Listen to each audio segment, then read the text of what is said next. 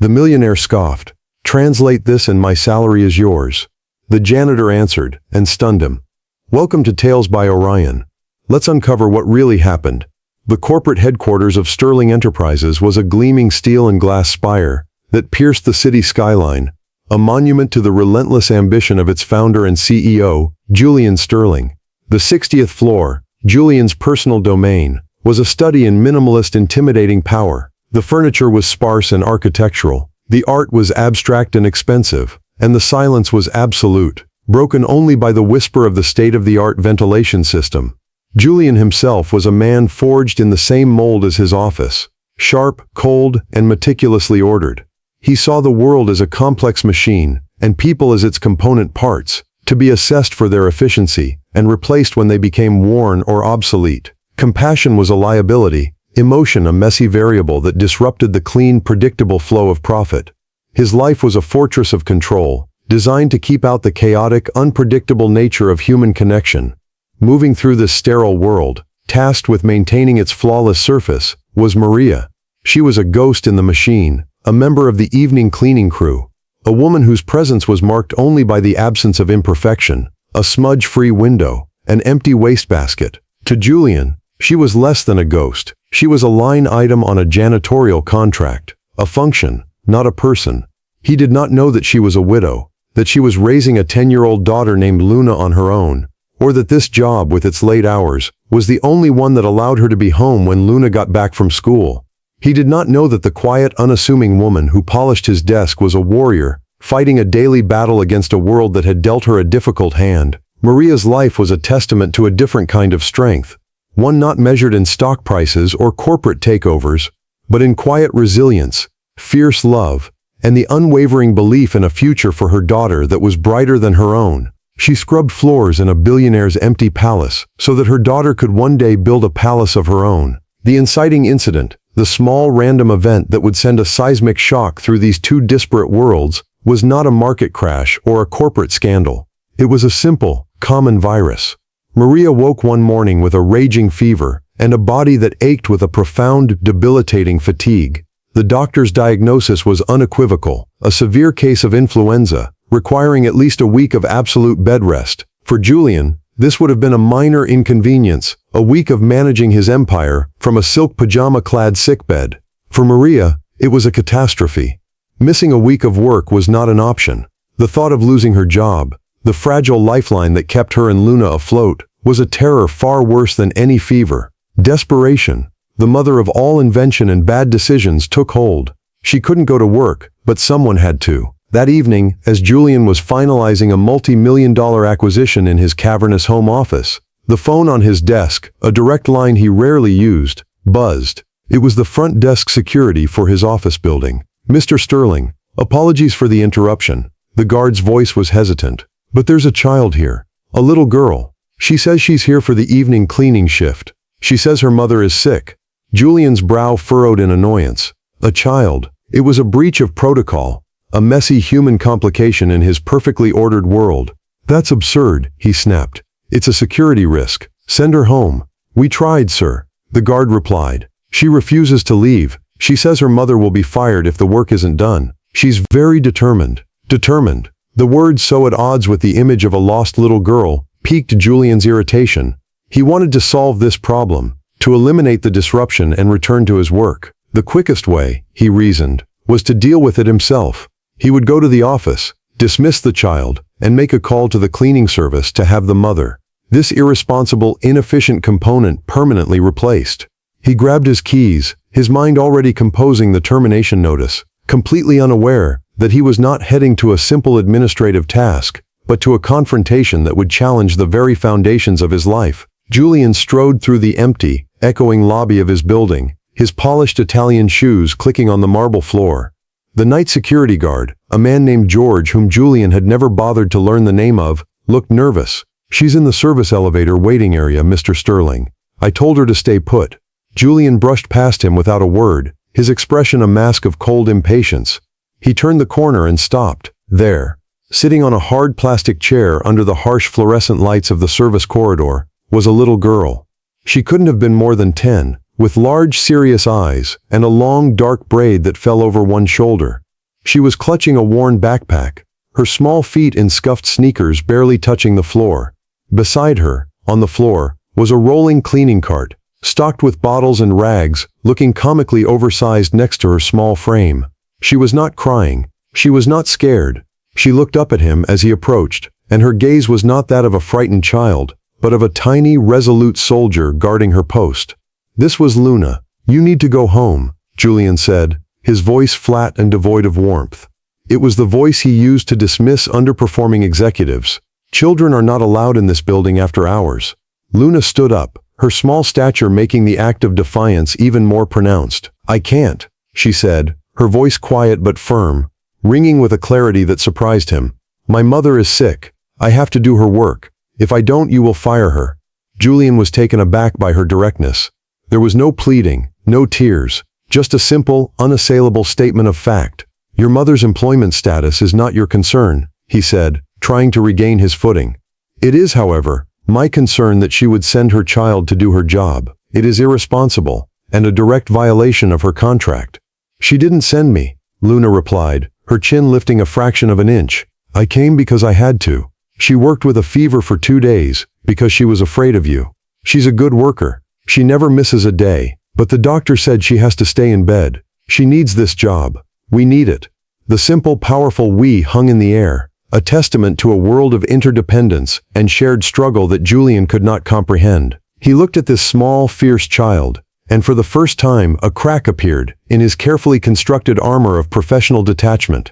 He was not speaking to a problem to be solved. He was speaking to a daughter protecting her mother. Julian, a man accustomed to wielding his power with the precision of a scalpel, found himself at a loss. The usual tools of his trade, intimidation, logical argument, the sheer force of his authority, were useless against the unyielding, simple logic of this child. "This is not a playground," he said, his voice laced with frustration. "This is a 60-story office building. You can't possibly clean it." "I'm only doing this floor," Luna corrected him calmly, as if explaining a simple fact to a slow student. "My mother showed me how. I've helped her before on weekends when no one was here. I know what to do. I just need to get started." She reached for the handle of the cleaning cart, but Julian put a hand out, stopping her. "No," he said, the single word an iron wall. "This is ridiculous. I am the CEO of this company. I am telling you to go home."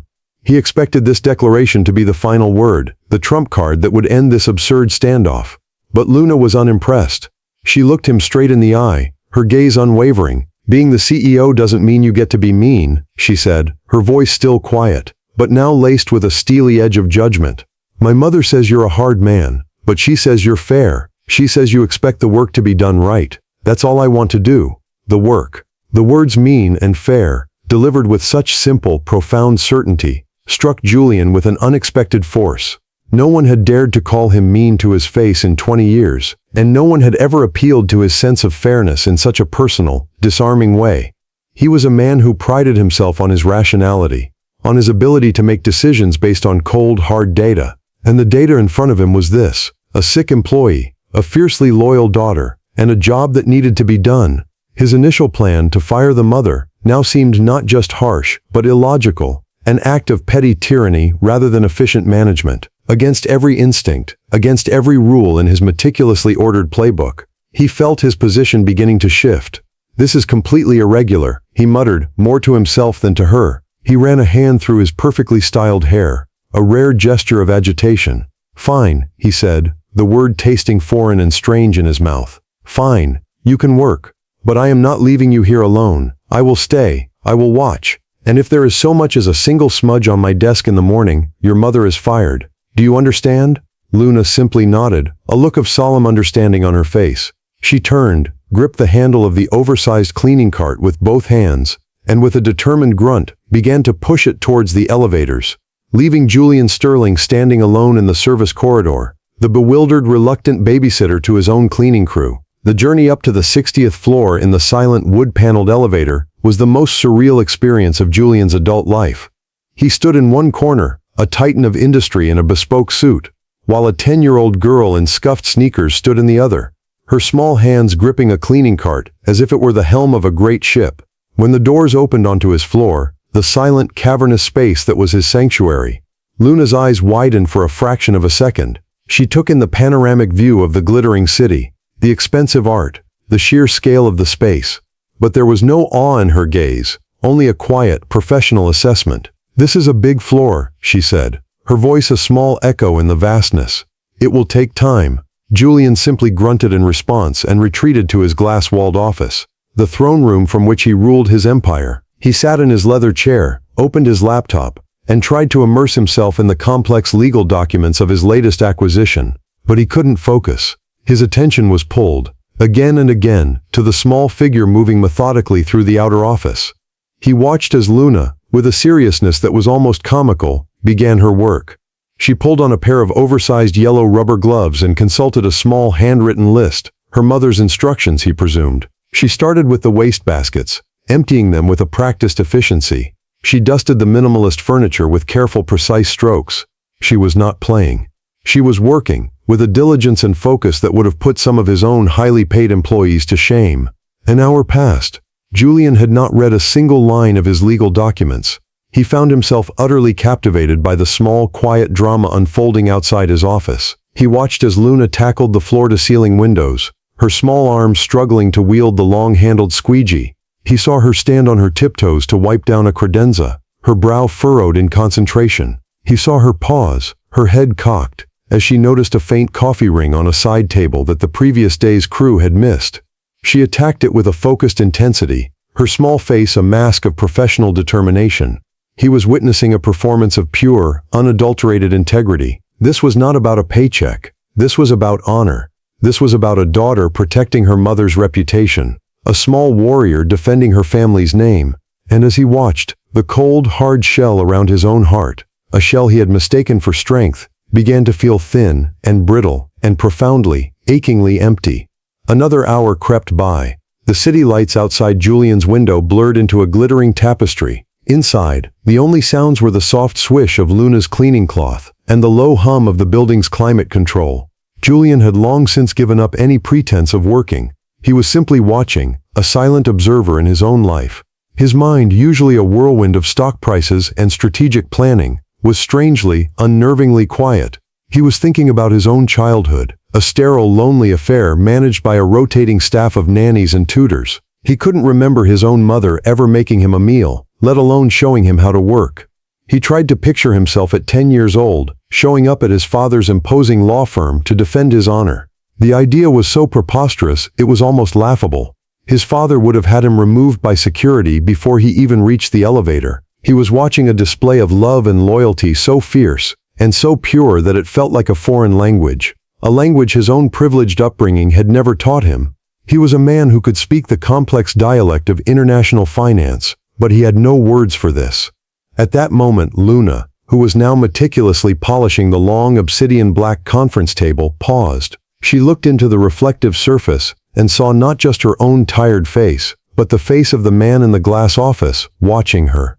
Their eyes met in the polished blackness of the table. Julian felt a jolt, as if he had been caught doing something he shouldn't. He quickly looked down at his laptop, pretending to be absorbed in his work, but the connection had been made. A few moments later, there was a soft knock on his office door. Luna stood in the doorway, her expression serious. "Mr. Sterling," she said, her voice small but clear. "You haven't eaten.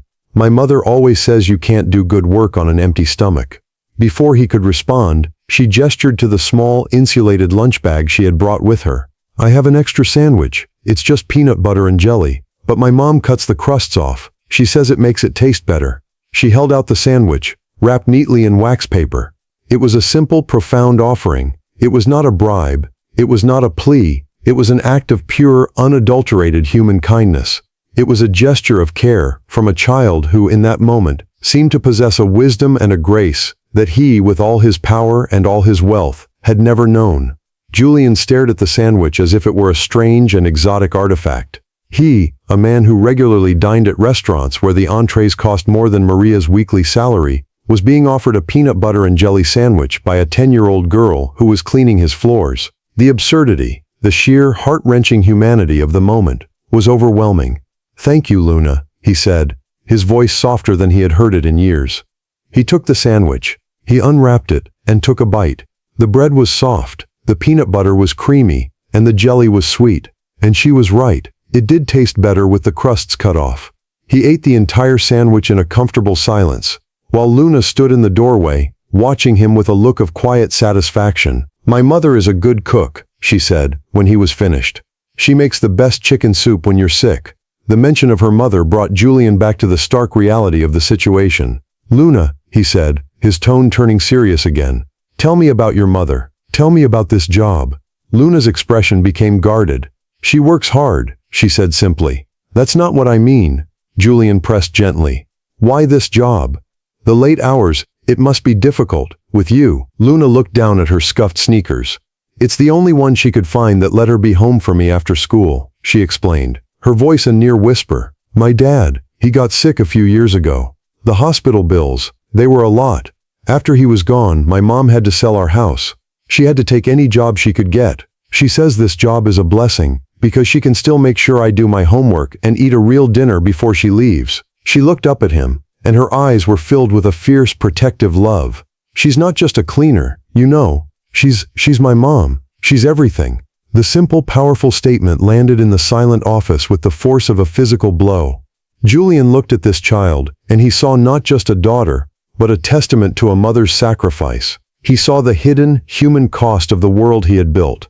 A world where a woman like Maria had to scrub floors in the middle of the night just to keep her family together. The last of his anger, his irritation, his professional detachment, dissolved, leaving behind a raw, aching, and profoundly unfamiliar feeling.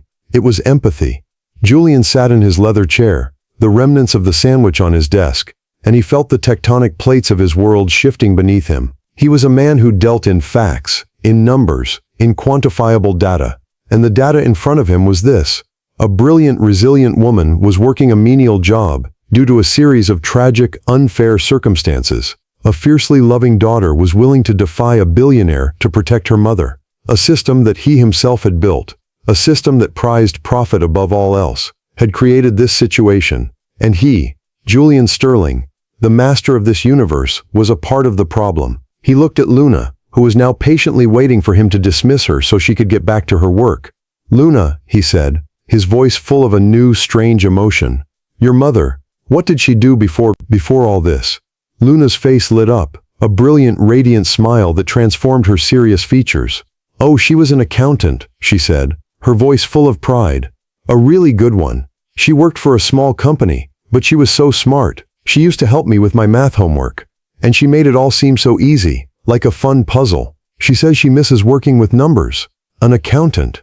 The word struck Julian with the force of a revelation. Of course, the meticulousness, the attention to detail, the quiet competence, it all made sense. He looked at the legal documents on his laptop, the complex spreadsheets, the intricate financial models, and then he looked at the small girl standing in his doorway. A new plan, a radical, audacious, and utterly illogical plan, began to form in his mind. It was a plan that had nothing to do with acquisitions or profit margins. It was a plan that had everything to do with fairness. "Luna," he said, a strange new excitement in his voice, I think I have a puzzle for your mother to solve." He stood up, a sense of purpose energizing him in a way no business deal ever had. "But first," he said, looking at the clock on his wall, "it's almost midnight. That's long past a 10-year-old's bedtime. Your work here is done. Let's get you home." The drive to Maria's apartment was another surreal chapter in Julian's strange night. He sat in the supple leather of his $100,000 car, a vehicle designed for silent, solitary power, and listened as Luna chattered excitedly about her school, her friends, her favorite books. She was no longer a tiny, solemn soldier. She was a little girl, her relief and exhaustion making her giddy. She lived in a part of the city he only ever saw from his 60th floor window, a neighborhood of walk-up apartments and bustling corner stores. When they arrived, he walked her to the door of her 4th-floor apartment, the hallways smelling of garlic and old paint. He waited as she unlocked the door. Maria, her face pale and drawn with fever, was waiting just inside, her expression a mask of terror and relief. "Luna, oh my God, I was so worried. What happened? Did they fire me?" She stopped short when she saw the figure standing behind her daughter, the formidable, almost mythical figure of her employer, Julian Sterling, standing in the doorway of her tiny, humble apartment. Her eyes widened in shock and fear. "Mr. Sterling," she whispered, her voice a hoarse croak. I am so sorry. Please don't blame her. It was my fault. Maria, Julian interrupted, his voice surprisingly gentle. Your daughter is a remarkable human being. You should be very, very proud of her. He looked past her, into the small, spotlessly clean apartment.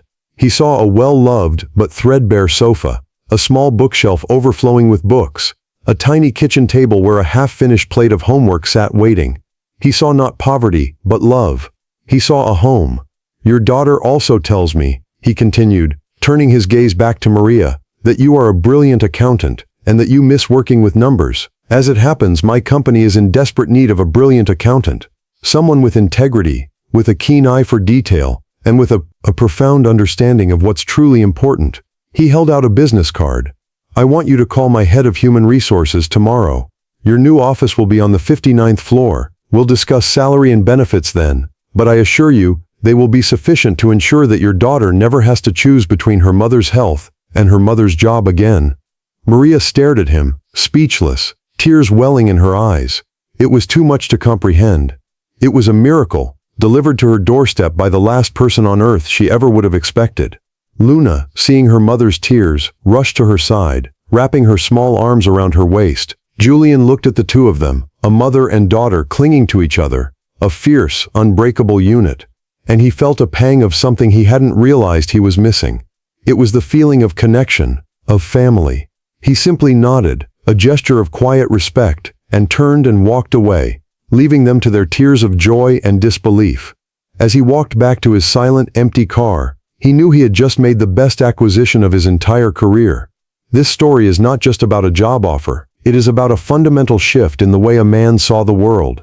Julian Sterling began that night as a man who saw people as parts in a machine. He ended it as a man who understood that every part, no matter how small or overlooked, has a name, a story, and a heart.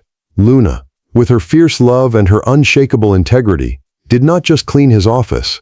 She held up a mirror to his life, and she forced him to see the profound emptiness of his own success. She taught him a lesson no business school could ever offer, that true strength is not found in power and control, but in compassion and connection, and that a company, like a person, is only as strong as its heart. Maria's story is a testament to the quiet, unseen heroism of mothers everywhere, a reminder of the silent sacrifices made in the name of love. And it is a powerful illustration of the fact that a person's worth is not defined by their job title, but by their character. The world is full of Julians, men and women of immense power, who have lost touch with their own humanity, and it is full of Marias and Lunas, people of immense character, whose worth is too often overlooked.